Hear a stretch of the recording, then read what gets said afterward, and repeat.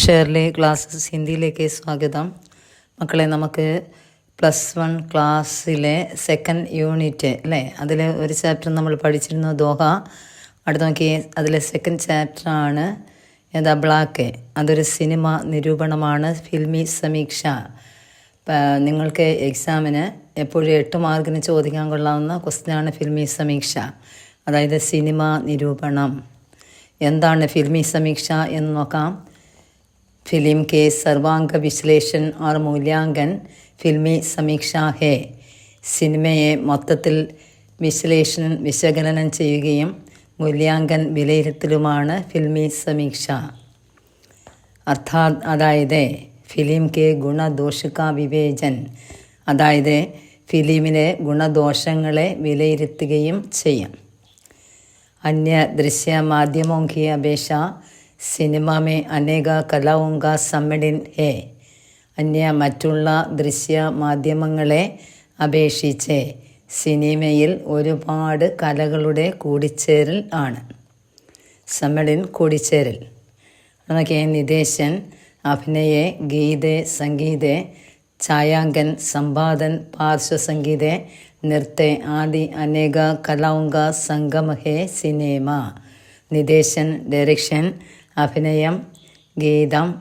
അടുത്ത് നോക്കിയേ, ഛായാങ്കൻ എന്ന് വെച്ചാൽ എന്താ, ഛായാഗ്രഹണം, സംവാദൻ, എഡിറ്റിങ്, പാർശ്വസംഗീത, ബാക്ക്ഗ്രൗണ്ട് മ്യൂസിക്, നൃത്തം മുതലായ അനേക കലകളുടെ സംഗമമാണ് സിനിമ. അതേതാ നമ്മുടെ സിനിമ എന്നുള്ളത്? ഇപ്പോൾ നമ്മൾ പറഞ്ഞു ഏതൊക്കെ, ഡയറക്ഷൻ, അഭിനയം അറിയല്ലേ, എഡിറ്റിങ്, ബാക്ക്ഗ്രൗണ്ട് മ്യൂസിക്, അങ്ങനെ നൃത്തം, ഇതെല്ലാം കൂടെ ചേരുന്ന സംഗമമാണ് സിനിമ. അദഹ ഏക കലാ നിപുൺ ഹി സച്ചാ ഫിൽമി സമീക്ഷക ബനേഗ. അതുകൊണ്ട് ഒരു മികച്ച കലാകാരന് മാത്രമേ നല്ല ഒരു സമീക്ഷകൻ, നിരൂപകൻ ആകാൻ സാധിക്കൂ. അതാണ് ഫിൽമി സിനിമ നിരൂപണത്തെക്കുറിച്ച് പറഞ്ഞത്, ഫിൽമി സമീക്ഷയെക്കുറിച്ച്. നമുക്കിനി പാഠത്തിലേക്ക് നോക്കാം. എന്നൊക്കെ ബ്ലാക്കാണ്. സ്പർശ ജഹാം ഭാഷ ബന്ധഹേ, സ്പർശനം എപ്പോഴാണോ ഭാഷയാകുന്നത് എന്നാണ് ടൈറ്റിൽ കൊടുത്തിരിക്കുന്നത്. സ്റ്റാർ നോക്കിയേ, സഞ്ജയ് ലീല ഭംസാലി ദ്വാര നിർദ്ദേശിത അല്ലെ നിദേശിത ബ്ലാക്ക് ഏക് ബേഹദ് സംവേദൻശീൽ ഫിലിം ഹേ. സഞ്ജയ് ലീല ഭംസാലി വൺ വേർഡാണ്. അദ്ദേഹം ദ്വാര എന്ന് വെച്ചാൽ മുഖാന്തരം, നിദേശിത ഡയറക്റ്റ് ചെയ്ത ബ്ലാക്ക് ഒരു മനസ്സിനെ സ്പർശിക്കുന്ന ഫിലിം ആണ്. यह हेलन केलर और उसकी टीचर आनी सुलिवन के लिए अर्पित है. ഇത് ഹെലൻ കെല്ലറും അവരുടെ ടീച്ചറായ ആനി സുലിവൻ അവർക്ക് വേണ്ടി സമർപ്പിച്ചിരിക്കുന്നു. അതിനുവേണ്ടിയാണ് ബ്ലാക്ക് എന്ന ഫിലിം എടുത്തത്. സഞ്ജയ് ലീല ഭംസാനി എടുത്ത് നോക്കിയ സ്റ്റോറി ബ്ലാക്കിൻ്റെ നോക്കുക. ഫിലിം अपने शिक्षक देवराज सहाय की तलाश में भटकती मिशेल मैकनेली की संवेदन से शुरू होती है. ശിക്ഷക, അധ്യാപകൻ, തലാശെ തേടുക, ഭടക്കിന അലയുക, സംവേദൻ എന്ന് വെച്ചാൽ ഫീലിങ്സെ, ശുരുഹോന ആരംഭിക്കുക. എന്നൊക്കെ ഫിലിമിൽ തൻ്റെ അധ്യാപകനായ ദേവരാജ് സഹായനെ അന്വേഷിച്ച് അലയുന്ന മിഷേൽ മെക്കനേലിയുടെ ഫീലിങ്സോട് കൂടിയാണ് സിനിമ ആരംഭിക്കുന്നത്. അഖീർ എന്ന് വെച്ചാൽ അവസാനം, ഉസേ പതാ ചൽതാ ഹൈ കി ദേവരാജ് ഏക് അസ്പതൽ മേ ഹേ. അവസാനം അവൾക്ക് മനസ്സിലാകുന്നു അധ്യാപകൻ എവിടെയാണെന്ന്, ഒരു ഹോസ്പിറ്റൽ ആണ് എന്ന്. അതായത് ദേവരാജ് ഒരു ഹോസ്പിറ്റലാണ് എന്ന് മിഷേൽ മെക്കനാലിയെ മനസ്സിലാക്കുന്നു, അല്ലെ അറിയുന്നു. അന്തി മിഷേൽ അപ്പനെ സൂധബൂധ് കോക്കറെ ഉസ്സെ മിൽനെ ദൗഡ്തി ഹേ. അന്ധയായ, കണ്ണു കാണാൻ സാധിക്കാത്ത മിഷേൽ മെക്കനലി സ്വയം സൂദ്ബൂധ് കോക്കർ എന്ന് വെച്ചാൽ സ്വയം മറന്ന് അധ്യാപകനെ കാണാൻ വേണ്ടി ദൗഡിന ഓടുന്നു. തോ അതീത് ജീവൻ കി റീൽ ഖുൽ ജാതി ഹേ. തോ അപ്പോൾ കഴിഞ്ഞുപോയ, അതീത് എന്ന് വെച്ചാൽ കഴിഞ്ഞുപോയ ജീവിതത്തെക്കുറിച്ചാണ് സിനിമ മുന്നോട്ട് പോകുന്നത്. അതായത് ഫ്ലാഷ് ബാക്കാണ്, അതിനെക്കുറിച്ചാണ് സിനിമ മുന്നോട്ട് പോകുന്നത്.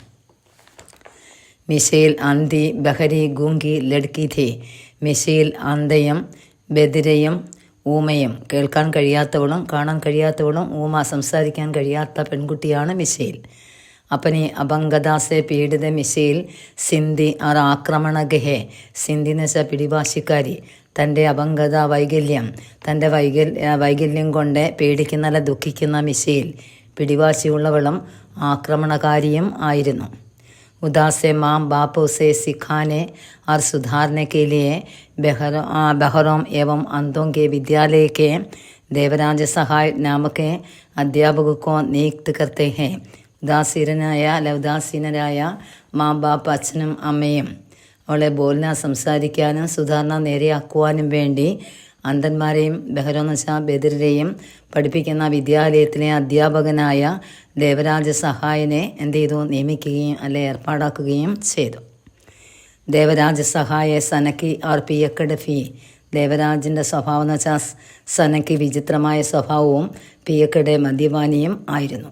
അദ്ദേഹം ആരൊക്കെയായിരുന്നു? വിചിത്ര സ്വഭാവവും മദ്യപാനിയും ആയിരുന്നു. ആരാ? ദേവരാജ്. മിസൈൽ സെ ദേവരാജ് കാ വ്യവഹാർ പഹലെ കഠോർ ഥാ. മിസൈലിനോടെ ദേവരാജൻ്റെ വ്യവഹാർ പെരുമാറ്റം ആദ്യം കഠോരെ ക്രൂരമായിരുന്നു. वह धीरे धीरे मिसाइल को घर की दीवारों से बाहर निकाल कर देवराज प्रकृति के अणु अणु से उसका परिचय करता है. ധീരെ ധീരെ പതിയെ പതിയെ ബാഹർ വെളിയിൽ ദീവാർ ഭിത്തി.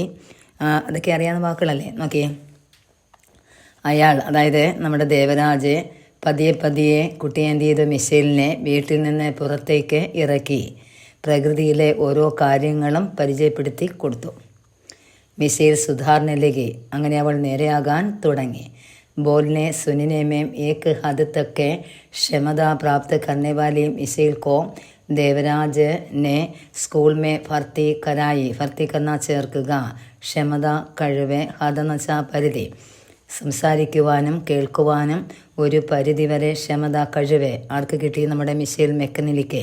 അതുകൊണ്ട് ദേവരാജ് അദ്ദേഹത്തിൻ്റെ സ്കൂളിൽ കുട്ടിയെ ഭർത്തി കർവായി ചേർക്കുകയും ചെയ്തു. മിസൈൽ കോ സ്നാതക ബനാന ഉസ്കാ സ്വപ്ന ഥാ. സ്നാതക എന്ന് വെച്ചാൽ ഗ്രാജുവേറ്റ്. മിസൈലിനെ ഗ്രാജുവേറ്റ് ആക്കി എടുക്കുക എന്നത് ദേവരാജൻ്റെ സ്വപ്നം തന്നെ ആയിരുന്നു. परंतु जब देवराज समझता है कि मिसाइल का लगाव नया मोड लेता है तब वह कहीं खो जाता है.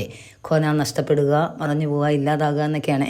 പരന്തു എന്നാൽ ജബ് എപ്പോഴാണോ ദേവരാജന് മനസ്സിലായത് മിസൈലിൻ്റെ വ്യവഹാർ പെരുമാറ്റം ഒരു പുതിയ മോഡ് തലത്തിലേക്കാണെന്ന് അയാൾ മനസ്സിലാക്കിയപ്പോൾ ദേവരാജനെ എന്ത് ചെയ്തു? കാണാതായി.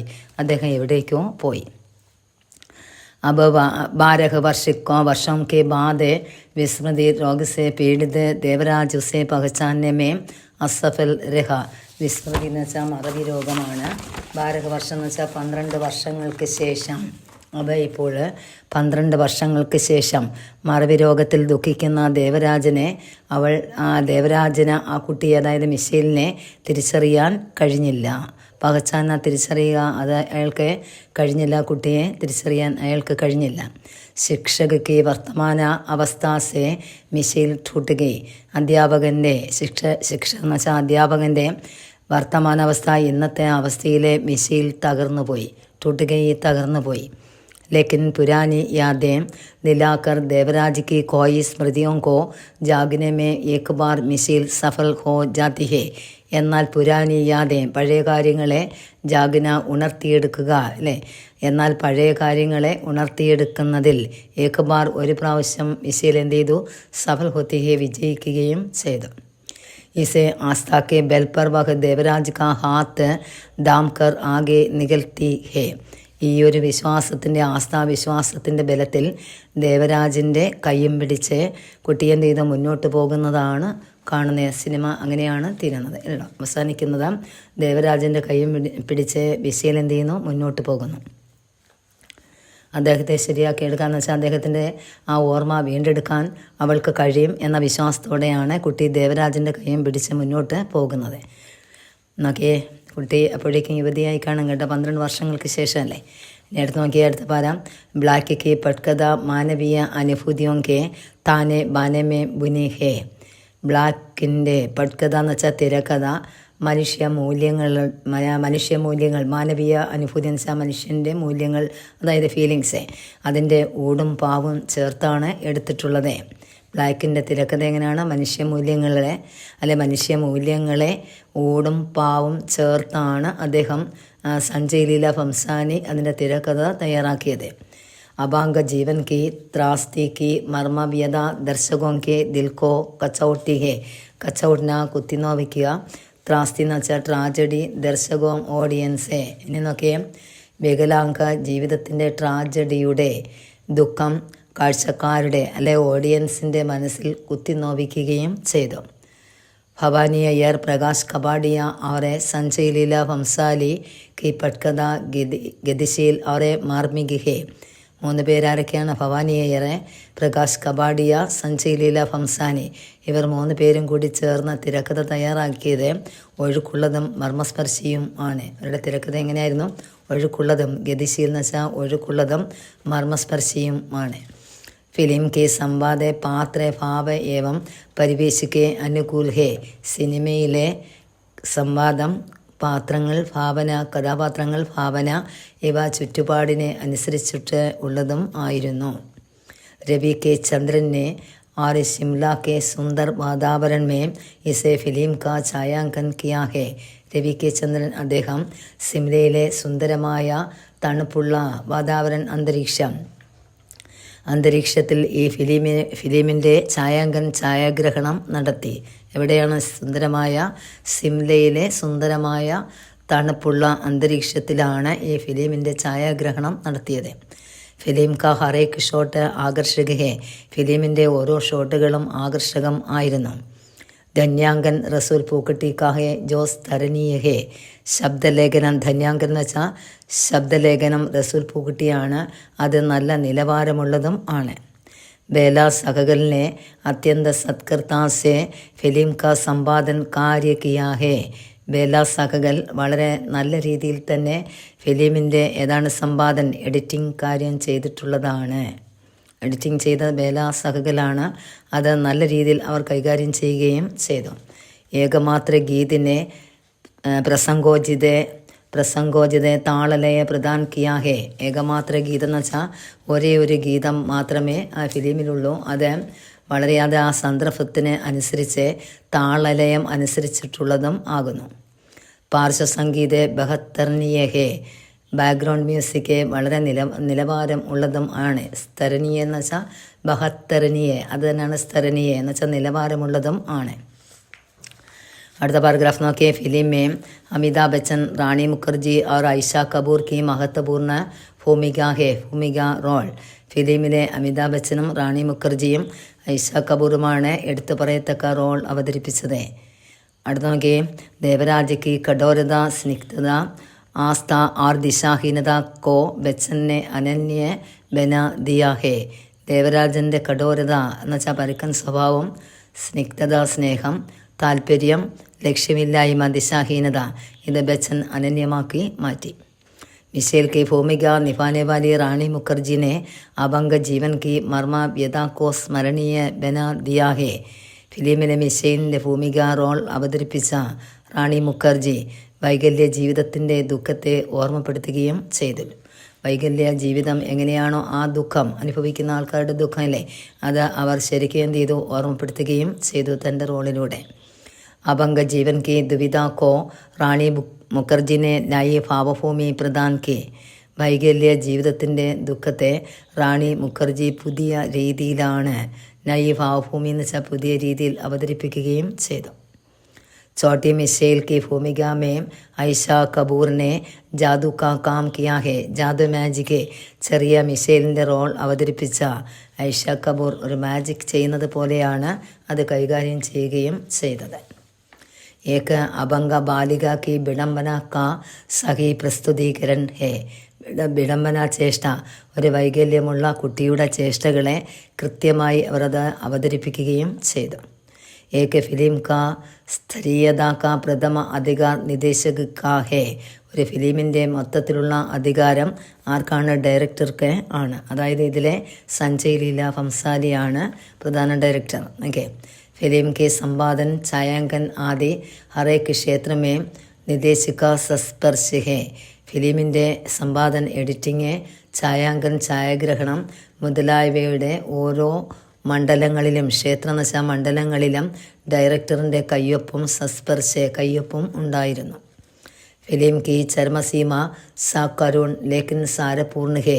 ഫിലിമിൻ്റെ അവസാനം കരുണ നിറഞ്ഞതും, കരുൺ എന്ന് വെച്ചാൽ കരുണ നിറഞ്ഞതും, എന്നാൽ അതെന്താണ് അർത്ഥമുള്ളതും, സാരപൂർണ്ണ എന്ന് വെച്ചാൽ അർത്ഥമുള്ളതും ആയിരുന്നു. अपनी संपूर्ण क्षमता समेटते हुए निदेशक संजय लीला भंसाली ने दर्शकों के दिल पर ब्लैक की പ്രതിഷ്ഠ की है. തൻ്റെ എല്ലാ ക്ഷമതാ കഴിവുകളും ചേർത്ത് കൊണ്ട് ഡയറക്ടറായ സഞ്ജയ് ലീല ഭംസാലി കാഴ്ചക്കാരുടെ മനസ്സിൽ ബ്ലാക്ക് എന്ന ഫിലിമിനെ പ്രതിഷ്ഠിച്ചു.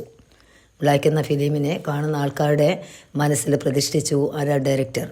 मनोरंजन प्रधान हिंदी फिल्म के इतिहास में मनोविकारों की एक आर्द्र अभिव्यक्ति बिल्कुल एक मील पत्थर है. മനോരഞ്ജൻ മനസ്സിനെ ആനന്ദിപ്പിക്കുന്ന ഫിലിമുകൾക്ക് പ്രാമുഖ്യമുള്ള ഹിന്ദി സിനിമ. എന്താ പറഞ്ഞേ? മനസ്സിനെ ആനന്ദിപ്പിക്കുന്ന ഫിലിമുകൾക്ക് പ്രാമുഖ്യമുള്ള ഹിന്ദി സിനിമകൾക്ക് ചരിത്രത്തിൽ മനസ്സിൻ്റെ വികാരങ്ങളുടെ ഒരു എക്സ്പ്രഷൻ മൊത്തത്തിൽ ഒരു നാഴികക്കല്ലായിരുന്നു ഈ സിനിമ. എന്താ പറഞ്ഞേ? ഹിന്ദി സിനിമ നോക്കുമ്പോൾ മനസ്സിനെ ആനന്ദിപ്പിക്കുന്ന ഫിലിമുകളാണ്. അത് ചരിത്രത്തിൽ മനസ്സിൻ്റെ വികാരങ്ങളുടെ ഒരു എക്സ്പ്രഷൻ മൊത്തത്തിൽ അത് നൽകിക്കൊണ്ട് മൊത്തത്തിൽ ഒരു നാഴികക്കല്ലായി മാറി ഈ ഒരു സിനിമ. ഇതാണ് ബ്ലാക്ക് എന്ന സിനിമയുടെ കഥയും അതിനെപ്പറ്റിയുള്ള സമീക്ഷ എഴുതുമ്പോൾ കൃത്യമായിട്ട് ശ്രദ്ധിച്ച് വേണം എഴുതാൻ. 8 മാർക്കായിരിക്കും. അത് നോട്ട്സ് അടുത്ത ക്ലാസ്സിൽ തരും, സമീക്ഷ അടുത്ത ക്ലാസ്സിൽ തന്നിരിക്കും. അതുകൊണ്ട് ഇന്നത്തെ ക്ലാസ് നല്ലപോലെ വായിച്ച് കേട്ട് മനസ്സിലാക്കി വെക്കുക. അടുത്ത ക്ലാസ്സിൽ നമുക്ക് നോട്ട്സ് ഉണ്ടായിരിക്കും. ഇന്ന് ക്ലാസ് ഇഷ്ടപ്പെട്ടെങ്കിൽ നിങ്ങൾ എന്ത് ചെയ്യണം? ഒന്ന് സബ്സ്ക്രൈബ് ചെയ്യുക, ഒന്ന് ഷെയർ ചെയ്യുക, മറ്റു കുഞ്ഞുങ്ങളിലേക്കും ഒന്ന് ലൈക്ക് ചെയ്യുക, ഒന്ന് സപ്പോർട്ട് ചെയ്യുക. ഓക്കെ, നമുക്ക് അടുത്ത ക്ലാസ്സിൽ കാണാം.